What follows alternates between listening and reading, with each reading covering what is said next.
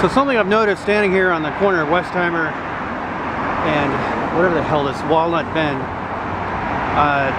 sometimes when people drive by and they have their music cranked up really loud, or they sit here at the light, they will only listen to the chorus part of the song, and then they'll skip to the next song when the rap comes on.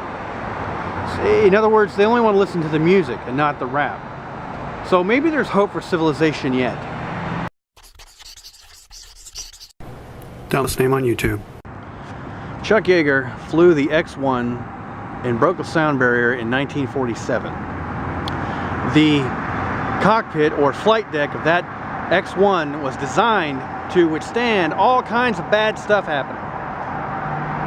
I don't know if it was the X-1 or another aircraft that blew up on the ground, and the pilot said that later that it was amazing because it was a hell of a jolt, and it actually blew the cockpit off the aircraft, and it bounced on the runway, and it was just surrounded by flames. And it was a rocket engine with liquid fuel, and it was burning so hot that it was just white hot outside the cockpit. And he was sitting inside the cockpit going, wow, I hope they're out there trying to get me out of here. And they were, and they got him out, and he walked away. And from what I understand, I don't remember if he had a scratch or nothing. He just walked away. And that is because they designed that flight deck to withstand that kind of crap.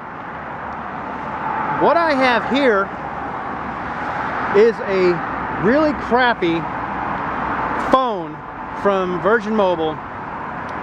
It's Optimus V or something like that, I don't remember. It was 150 bucks when I bought it. It dropped down to 129. I think you can get it for 99 bucks now, and they have better ones even.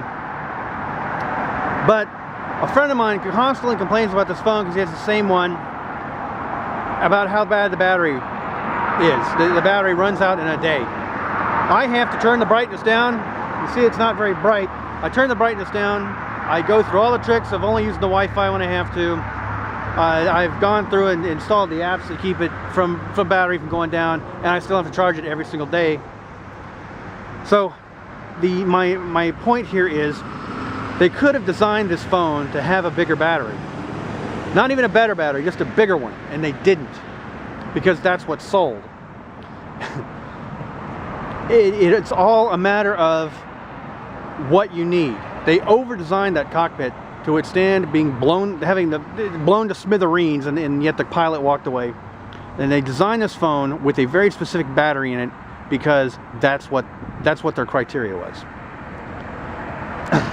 It's not the phone's fault. It's not really the consumer's fault. It's nobody's fault. It's just the way it is. So what I would say is that phone is somewhere between shit and adequate. And there's a lot of stuff on that scale, myself included. I don't know if I excel at anything, but I do the job.